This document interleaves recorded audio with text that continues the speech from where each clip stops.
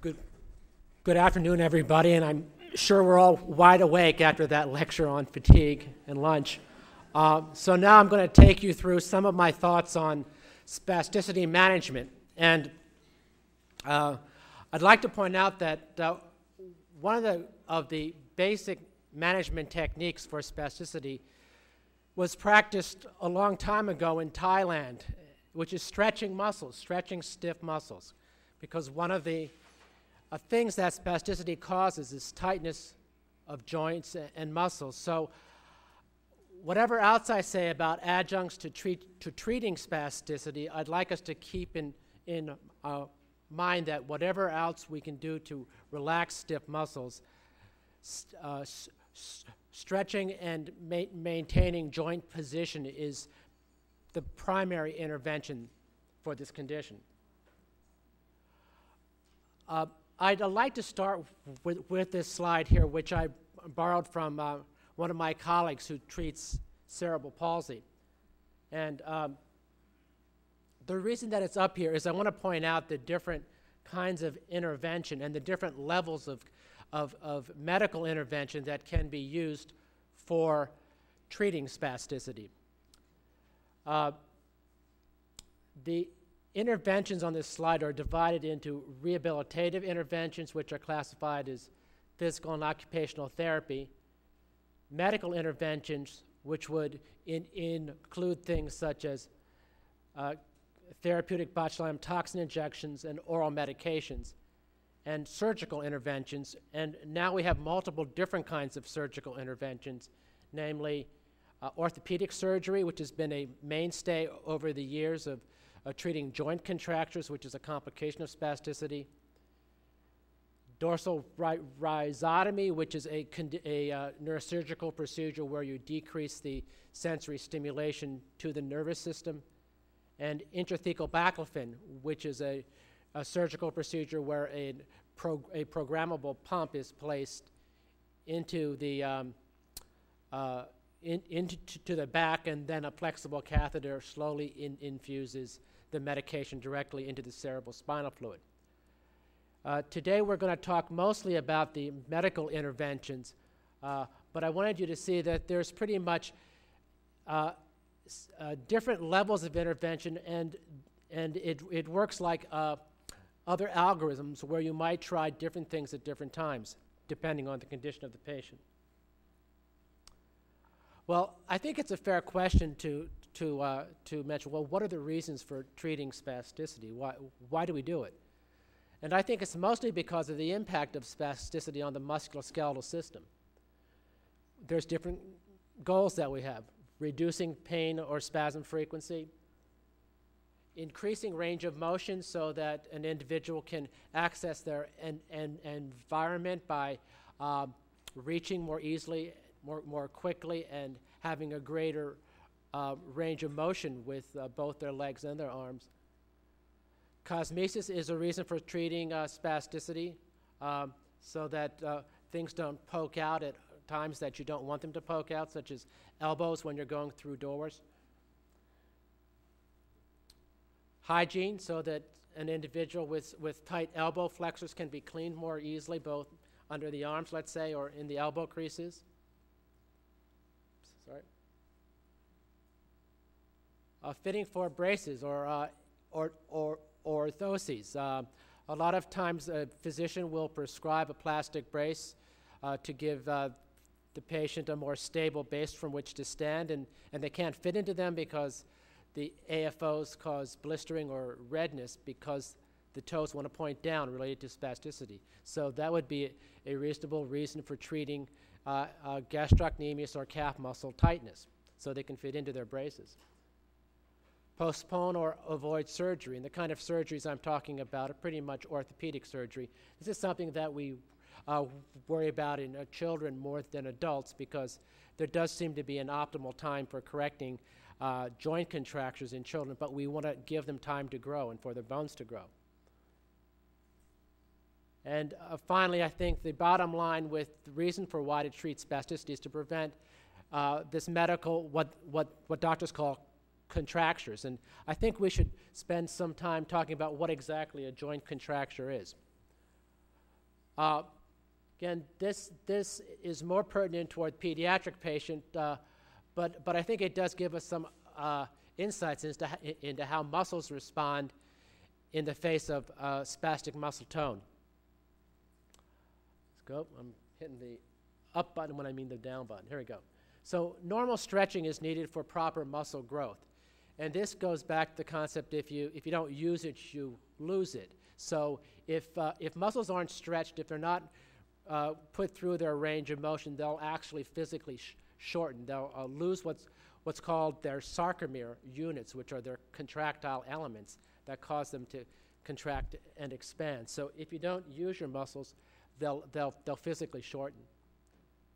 Muscle length increases in response to bone growth. So you can see in a child that's growing, their muscles are going to grow at the same time. If those muscles are unable to grow because of spasticity, but the bone is still growing, you're going to get gradual loss of range of motion when those muscles cross joints. So in those muscles that cross joints, which are spastic, again, more so in children than adults, you're going to get loss of range of motion. And a lot of our rehabilitation techniques are directed toward preventing that from happening. Muscle imbalance from spasticity limits the lengthening possible with muscle growth. So these are reasons, these are some of the things that connect bone growth to muscles and why it's important to prevent contractures from occurring. We'll oftentimes talk about two different kinds of contractures. One of them is called dynamic contractures. This is an early finding in cerebral palsy, but also is present in individuals with other forms of central nervous system injury, such as spinal cord injury, seen with transverse myelitis. It causes an imbalance between the muscles acting on a joint, and it results in abnormal muscle motion and function. So a dynamic contracture occurs when the individual is trying to do something or to move a muscle, move a limb, use a muscle to move a limb, sorry.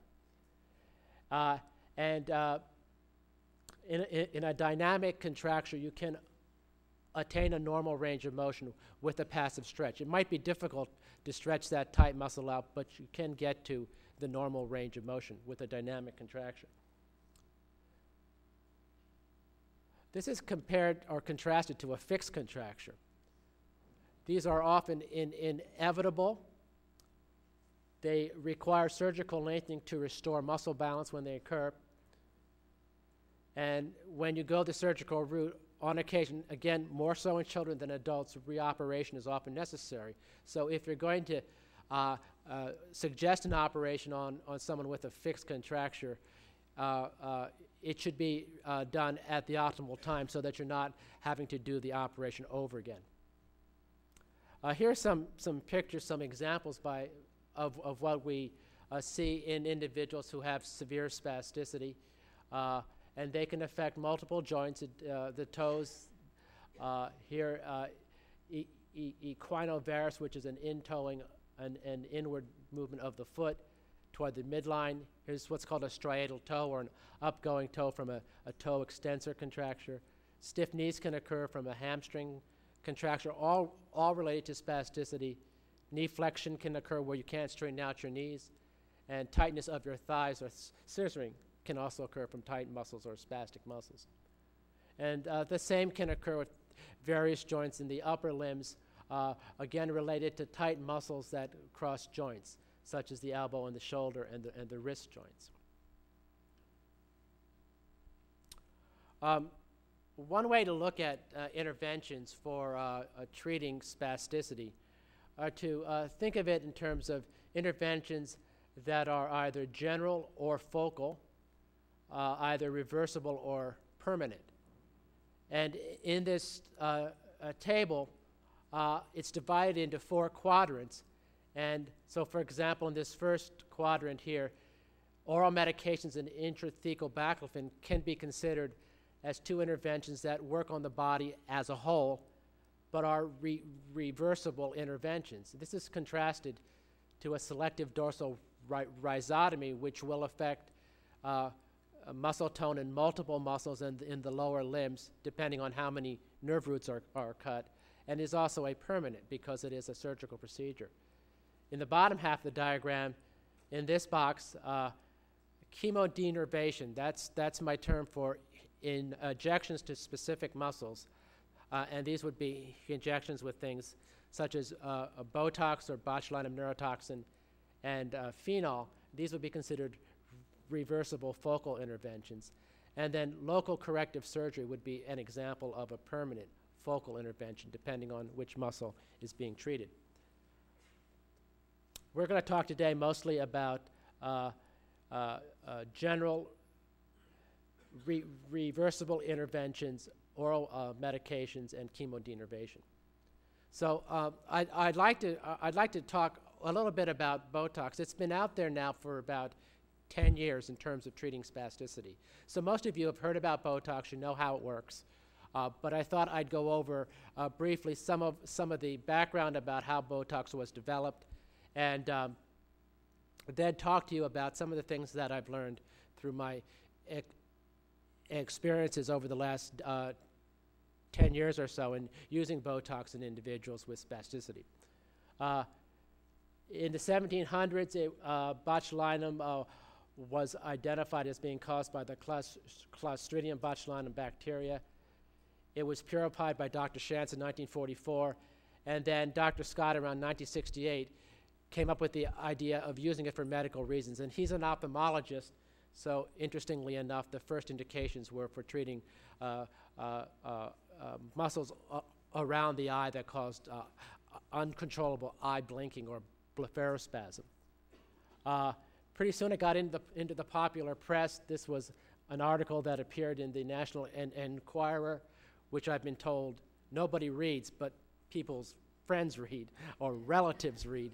But no one that I know reads it.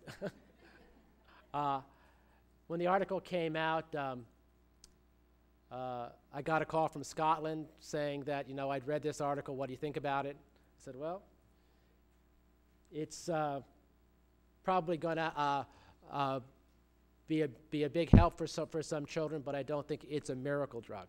So let's talk about that for a while. As I mentioned, it comes from a gram-positive anaerobic rod, which is a kind of bacteria.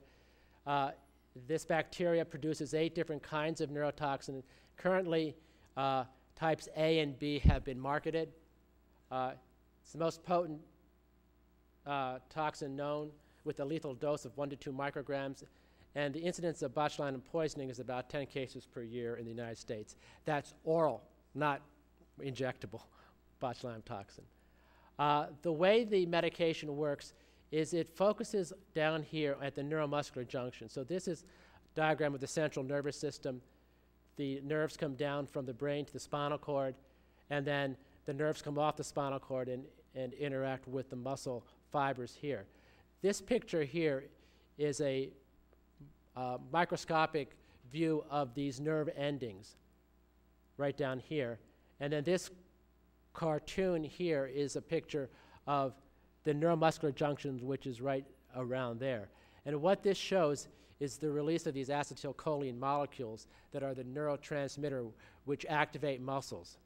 What Botox does is it blocks the release of these little vesicles that are filled with the acetylcholine. So here's an example, well, not an example, but here's a slide that shows what we know about the molecular structure of the botulinum neurotoxin molecule. It's got 2 chains, a light and a heavy chain, and it blocks the release of acetylcholine right there at the neuromuscular junction. And one more slide about mechanism. When you get really into the chemistry about how this works, it blocks the effectiveness of one of these enzymes, which are fusion enzymes, which allow these vesicles containing acetylcholine to dump their acetylcholine into the neuromuscular cleft or the synaptic cleft. So by blocking these enzymes, it prevents that vesicle from releasing the neurotransmitter. This is a reversible effect, and the botulinum neurotoxin doesn't kill the nerves. It temporarily blocks this enzyme from doing its job. Consideration in treatment decisions. So when I see a patient with spasticity, especially focal spasticity, the things I think about are what kind of abnormal muscle tone do they have? Is this a dystonic, which means variable muscle tone activity, or is it what I would call a spastic muscle tone, which would be manifested by what we call a rate-dependent difference in resistance? When I stretch the muscle quickly or slowly, do I get a different feeling to it? A good rule of thumb that I tell medical students in terms of how do you differentiate between the two major types of muscle tone abnormality is for you to diagnose spasticity, you have to put your hands on the patient. Spasticity is something that you feel, whereas dystonia, which is a kind of motor control abnormality, which causes muscle tone problems, is something that you can see. So you can see dystonia, but you have to feel spasticity. So is it spasticity or dystonia, or is it both? How long has it been there? Because this gives me some idea as to whether we have a dynamic or a fixed contracture present.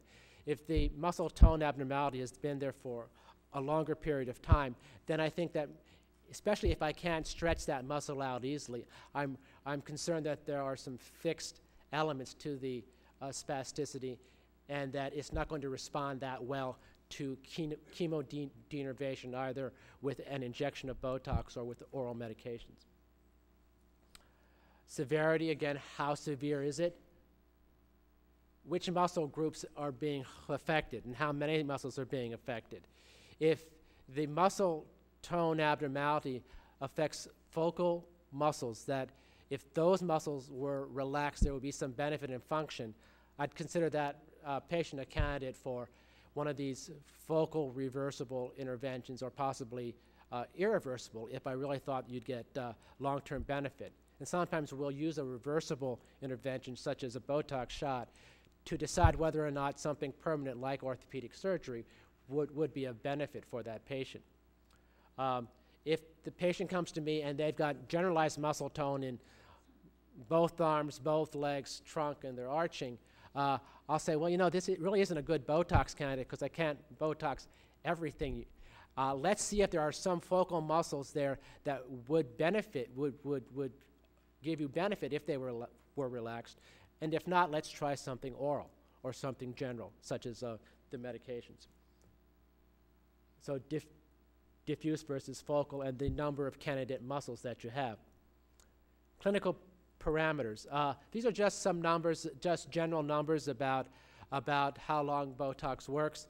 The usual onset of action is 12 to 72 hours, depending on how big the muscle is and how much Botox you give. The time to peak effect is in a general 7 to 10 days, but these are general numbers. They could vary from patient to patient.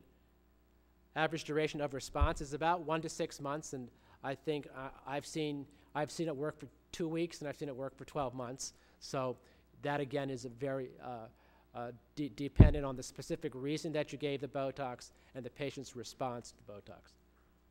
And we typically say a re-injection interval should be about 12 weeks or 3 months. And one reason for this is that's the average duration of effective Botox. And another reason is there is some concern that your chances of developing neutralizing antibodies would go up if you re-injected sooner than 12 weeks. One of the themes of this talk is that Botox and oral medications are one part of the overall treatment plan for an individual with spasticity. There's therapy after treatment with Botox. It's not a magic bullet. It's not going to reverse the symptoms.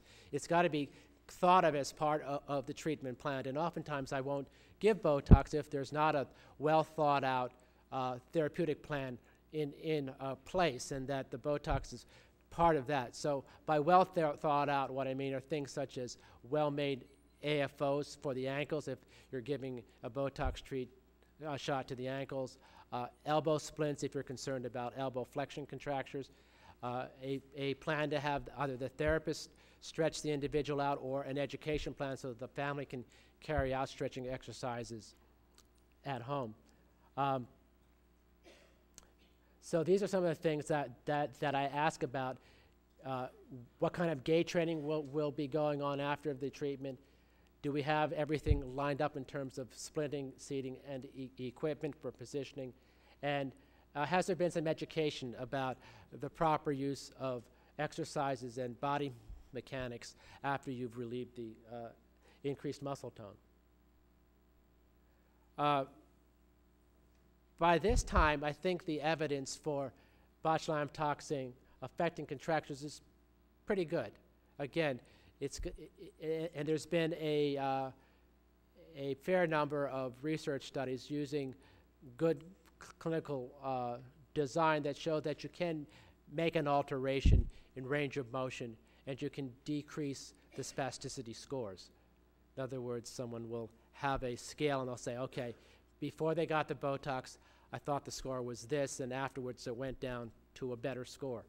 There have been relatively few articles that make the next step, which say, okay, I've given botulinum toxin to these stiff muscles, and now I've been able to measure a functional benefit, that the patient has derived a beneficial result from the Botox.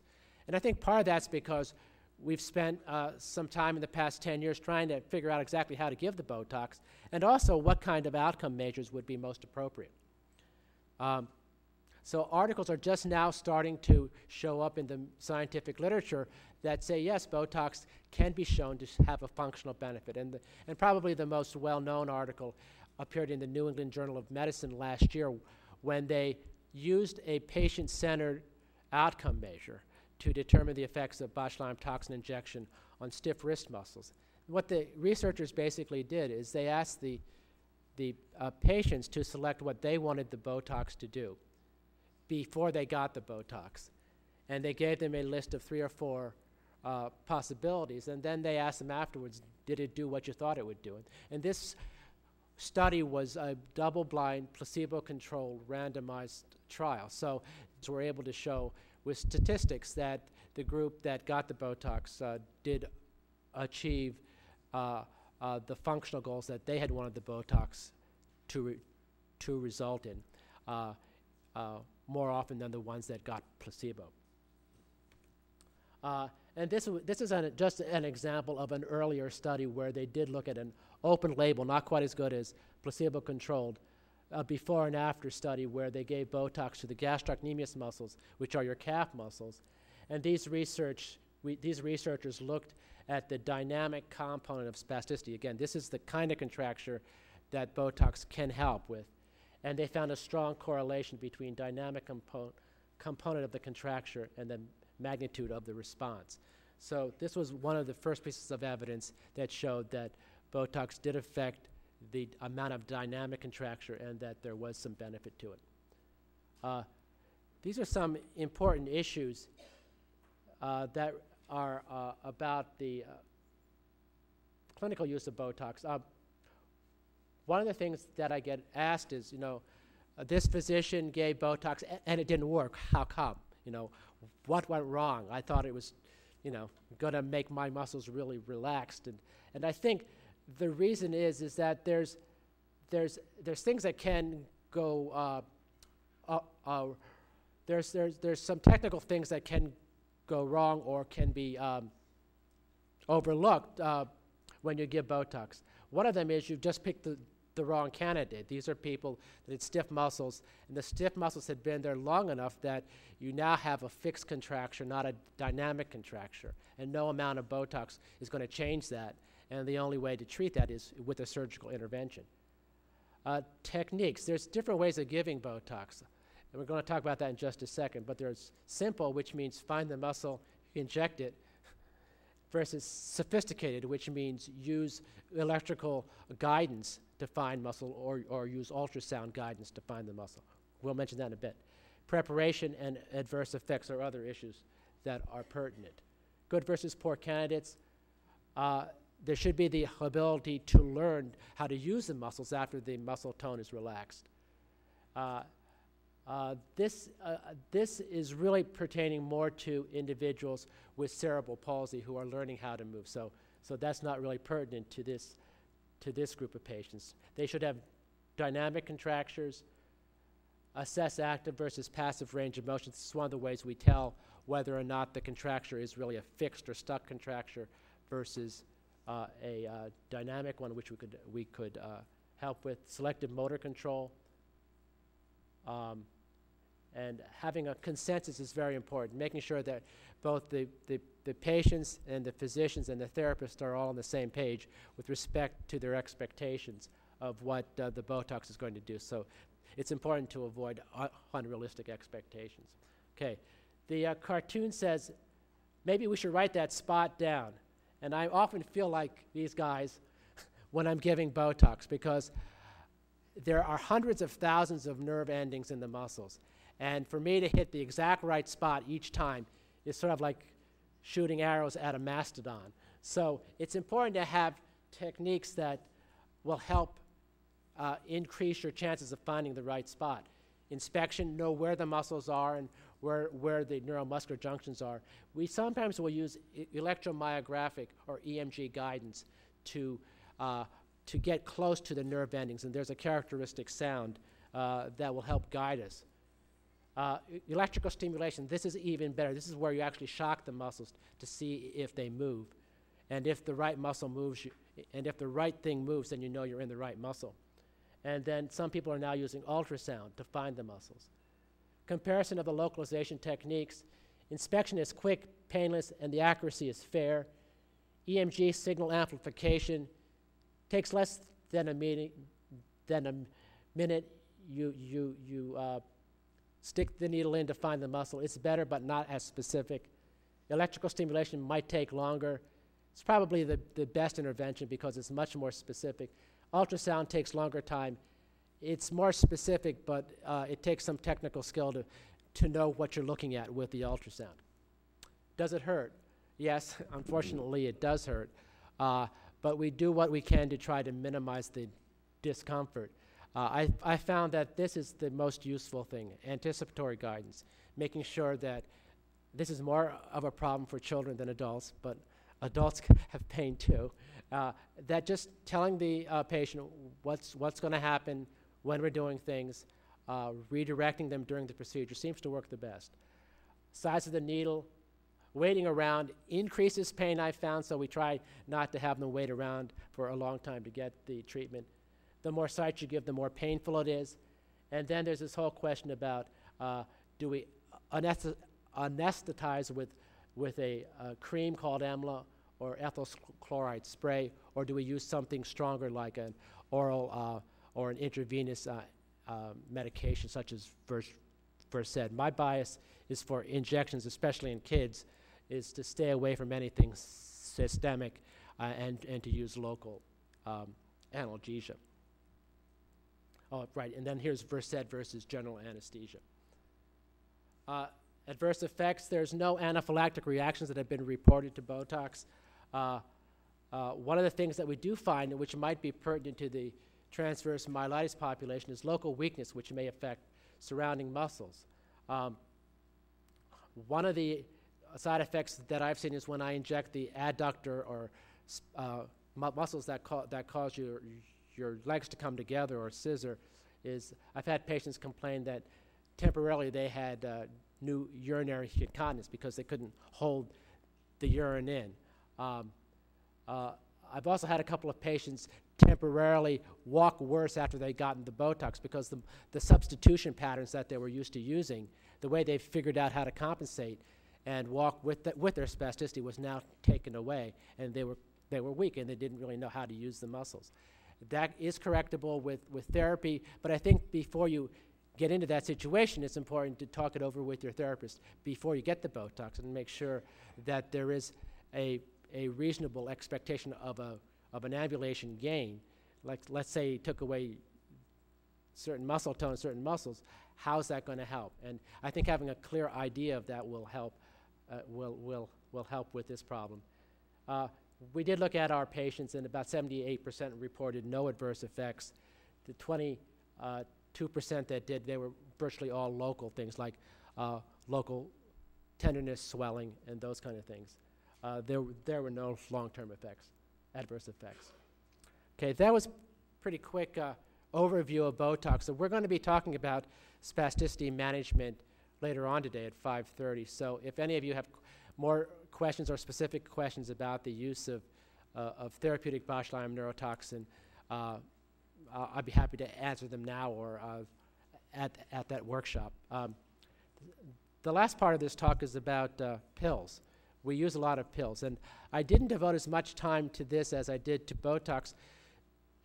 To be honest, is because I found that I've been disappointed over the years with the efficacy of medications, and I'd like to touch upon why that is. And there's also some medications that I'm dying to try for the treatment of spasticity, and one of them we heard quite a bit about in the previous lecture.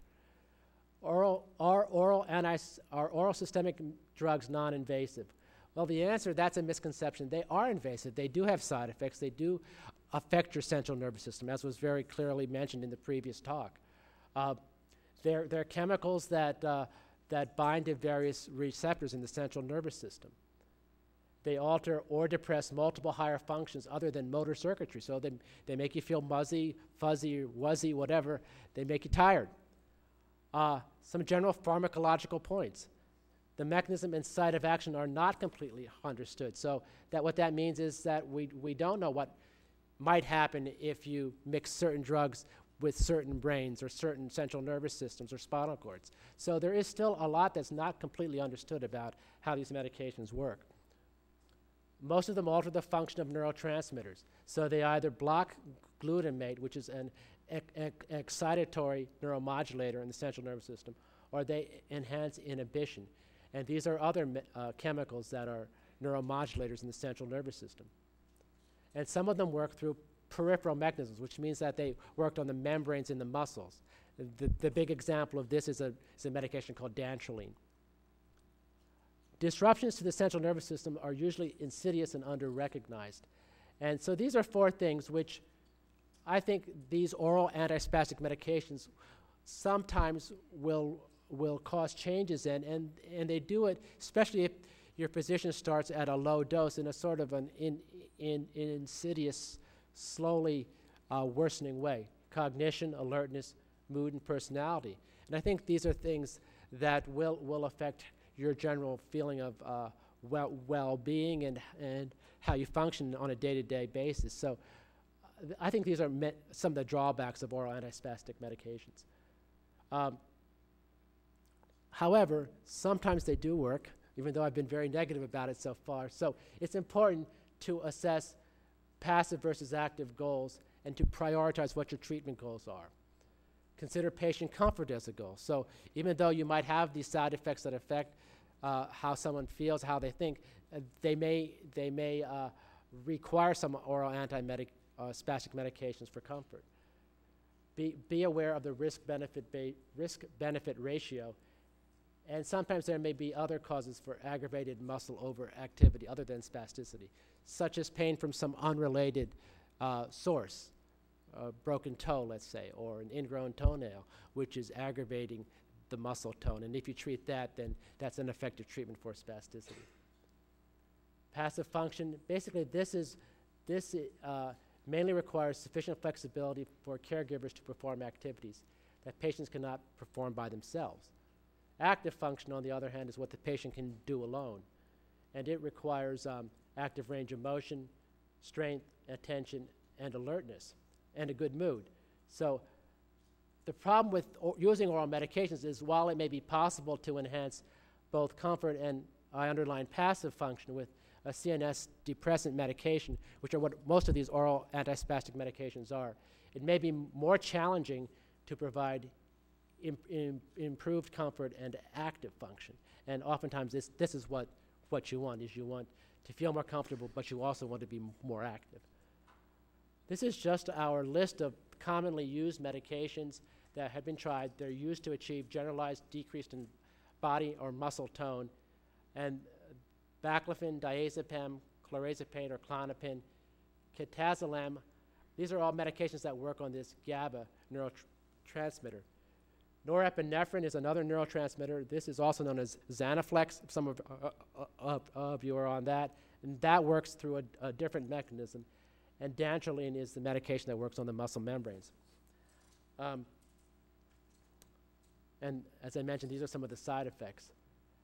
There are other drugs that may be useful. So whenever I see a list of medications that goes on and on, I know that there's no one medication that's going to be that there's no one best medication, and that people continue to look for just the perfect medication. So Provigil pops up in this list, interestingly enough. Drugs, like anything else, tend to go through, there's fashions in terms of the use of these medications, and they go in and out of fashion depending on how well they work, basically. And there's oftentimes an initial enthusiasm for some of these drugs, and then people find out through time that they really don't work as well as they thought. And we've been through that with some of these other oral medications, such as dantrolene, for example, was used much more frequently in the 70s and 80s than it is now. But modafinil is interesting, and I agree with our previous speaker, is in that, no, why would a medication that wakes you up also decrease muscle tone? I don't know. I don't know exactly how it works.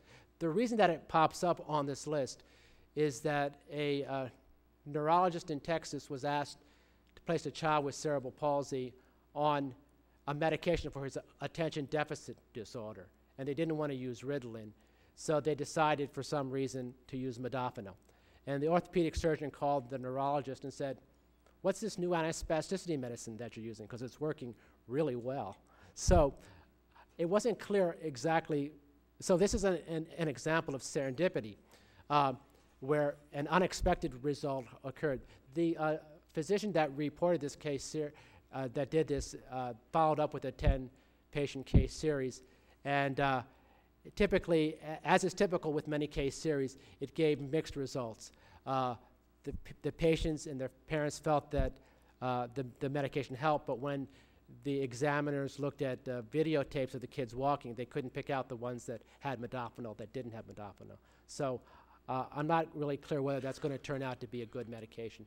But if it does, it would be probably the only one on this list that doesn't sedate you while decreasing your spasticity. Sleepiness is often a problem with these medications, as I've mentioned. So what I'd like to finish with is just this comment that these interventions, and I'm talking about all four of the kind of interventions that I've mentioned, the general and the specific, the permanent and the reversible, surgeries, oral medications, injections, are adjuncts to the therapy program. They're not a substitute for the therapy itself. There's good evidence that suggests that with combinations of stretching and splinting, therapeutic activities, that increased function can be achieved. And I think this is also one of the messages that you've been hearing in this conference, that the central nervous system is a lot more moldable and changeable than we had previously thought. The challenge to us as physicians is to find the right combination of interventions that will make that happen. So thank you for your attention, and I look forward to answering your questions.